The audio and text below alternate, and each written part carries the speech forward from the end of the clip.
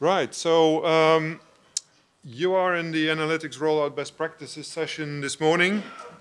Welcome again to everyone. This is the agenda. I'd like to briefly go over a few aspects of digital transformation that I believe are important for rollouts. I'll do that quickly, but there are a few things that are close to my heart. I'll look a first time at a checklist of things that will change and things that are impacted by those changes. And then we go through presenting you our speakers and panelists. We'll have the talks, and we'll check if that checklist is complete and what are the outcomes from those things that change when we do digital transformation. So very briefly, we have here Doug Stuckel from Air Liquide Advanced Materials, Global Quality Director. We have Peter Guilfoyle, Vice President Marketing Northwest Analytics in the panel. We have Nick Petrosian, is that the right pronunciation, from Trendminer in the panel. We have Jasper Rutten, Advanced Analytics Manager from Huntsman, managing a rollout. We have Zach Ferris from Pioneer Natural Resources. Sorry for the little glitch there on the slide. Senior Compression Engineer, and we have Brian Crandall, Analytics Engineer. I'm not sure, I think it was Principal, right? Okay, from C Corporation. So a significant crowd here to speak and to participate to the panel, so I'll try to be short. So here is the first poll. Now you know who we are. Who are you? Are you analytics users? Are you analytics vendors?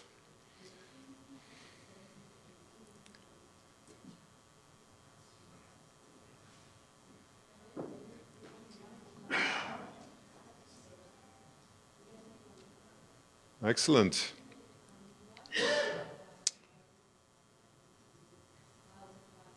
So we have more than half of this public is users, 40% is analytics users, we have other users as well, and of course vendor service providers. Thank you for the feedback. I'll have a few more questions later on and keep answering. So without further ado, a few aspects of digital transformation. This is what I identified as the major aspects of digital transformation. There are 10 or 11, I think, and there are a few that I would like to focus on because I believe they are significant for rollouts of technology into organizations and impacting people. So technology is only one aspect. It's the first aspect here, but it's only one aspect. Everyone seems to agree on that. However, when we speak about people and organization and ecosystems and competencies, I think we need to add a little bit substance to the discussion we're generally hearing. Skills, behavior, but also some norms and culture, habits, ingrained habits. Some of those are not really conscious, but they are just there. They have been sunken into subconscious. And then leadership and empowerment are also aspects. So I'll go through those quickly. And all these aspects really are interrelated. New technologies, as you can see, this is an example where we use a drone to inspect an industrial installation. Of course, they change our ways of working, and of course, these have impacts on people. But they will also impact business processes. Now, I won't go into business processes today, but more focus on workforce. Not sure why this is bold here, but leadership and empowerment is essential. Why? Because in digital transformation, we see there is a lot of ecosystems. There is a lot of partners, much more than we used to have traditionally. So there is a lot of interaction in innovation and execution, more relationships, and therefore more needs for skills in communicating and negotiating and relating with each other. And so we need trust in people and empowerment of people to make sure that they can act autonomously in these ecosystems, right? We can't be on their back all the time. We can't nitty-gritty tell them exactly step by step what to do. They need to be autonomous to execute what they need to do. Appreciate failure as a means to learn. I think everyone sort of agrees on that. Fail fast, cheap, and maybe often. And when things change, people get out of their habits, may have identity issues. I'm an engineer, not an IT guy. And we may also have different understanding of the nature of our business. We used to make products, we're making more and more services. So there is much more service orientation, people orientation in our work. So there may be also behavioral issues that may need to change. However, how do we do that? Main thing is having conversations, one conversation at a time, as I think the gentleman from Dow said this morning. And we need to understand motivation. Are the expectations and the identity and the philosophy of the people in line with what the company wants to do after the digital transformation? So how can we bring those people by having these conversations? Organizational aspects. The need for agile, autonomous, creative labs to try out many alternatives. On one hand, this sort of black ops type of or startup type of mentality is important in discovering what could be helpful for a company. At the other hand, we need a very, very professional and solid rollout of solutions once we identify they have return on investment. Because there we cannot admit risk, security risk, and other risks. So that's a dichotomy which could be strange for people, right? We have freedom on the one hand side where we try to discover stuff, but we need to be very rigorous in implementing, very systematic, make sure that new solutions are scalable and remain affordable. So organizational aspects are also important.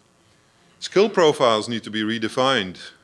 Hopefully skills are assessed every year and evolved over time. But with digital transformation, it may be a little bit more impacting. Behavior and competencies, then it gets even more complicated. How do you change behavior? By coaching. How do you get subconscious assumptions on the table and discuss them? Be more safety-oriented and compliance-oriented could be one kind of changed behavior that we could be interested in.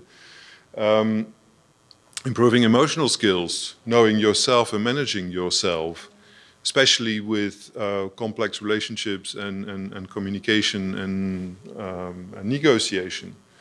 And improving social skills, knowing others and understanding others and managing others. So those things are very important in environments where there is a lot of ecosystems and relationships. So how can workers sometimes view change?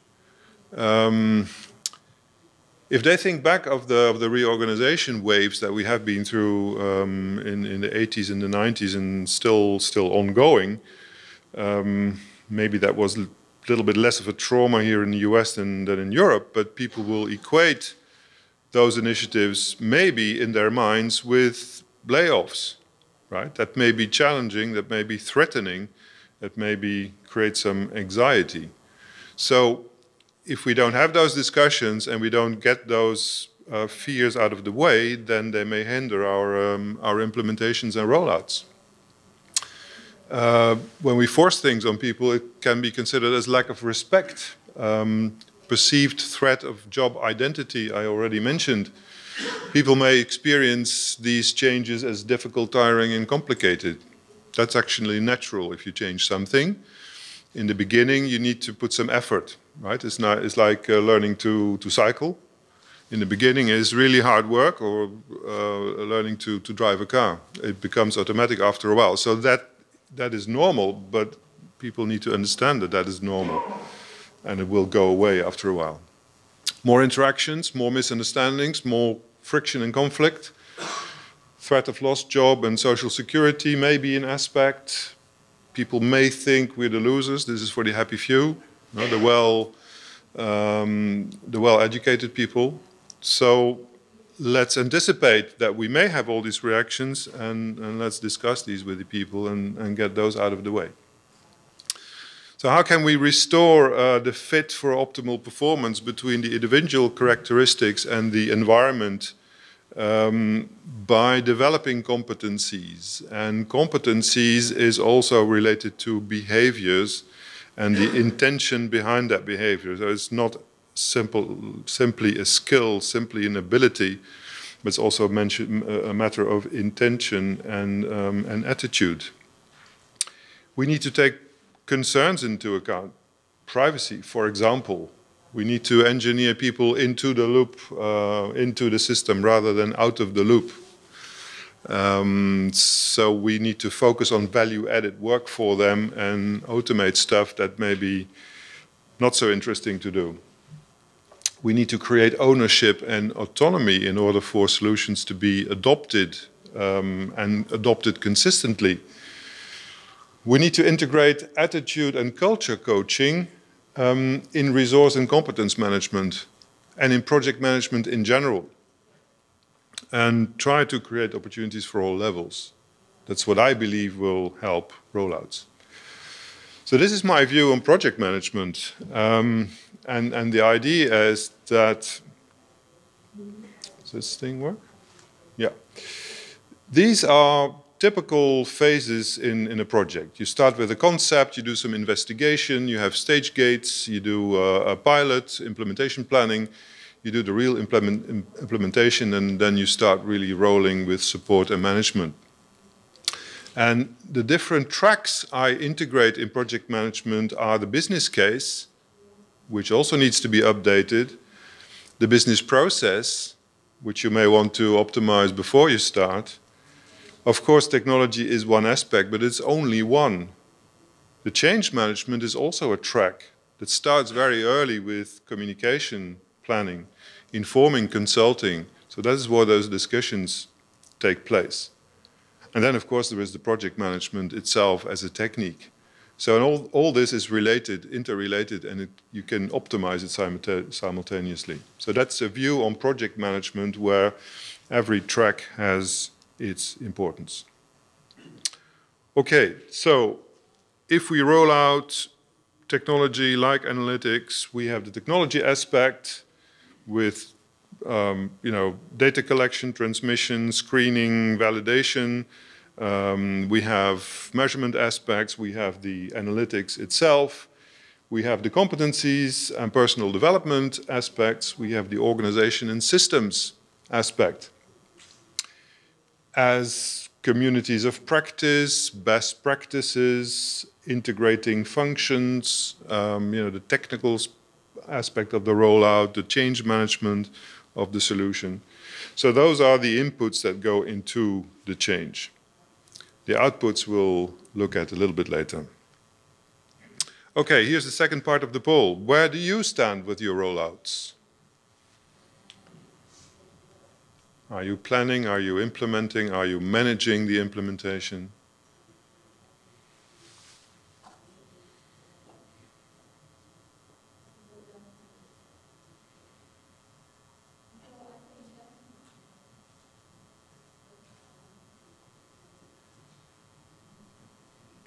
That's great news, because we can see a really significant progress since a few years where many people were planning and only a few were implementing and managing. So we see that we have 3/4 of the audience who are implementing or managing an existing rollout, while only 25% are planning a rollout. That's interesting. Next one, what is your key challenges related to rollouts?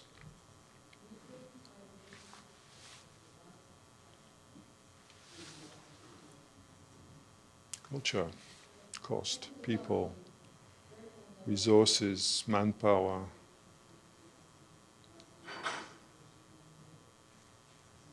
Change.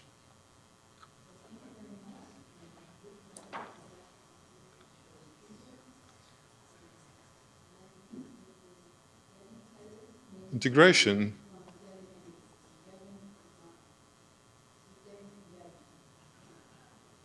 Fantastic, thank you so much. So we need to put real solid content on this people and culture side, as you can see. What are your key opportunities? Next question. Oh. Is that on my side? It's on yours? No stress.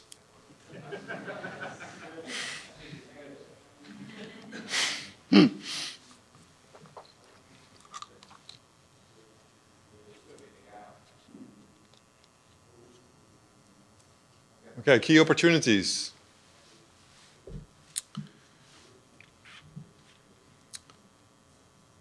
So my intention is to write a little summary of this session, and I'll use your feedback to integrate that too.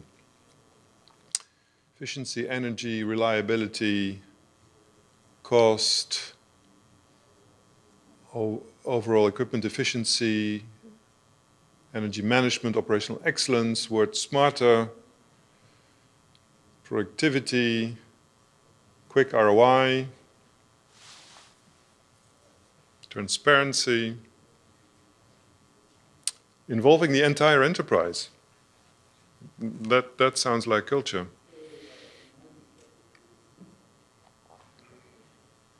Process leader involvement.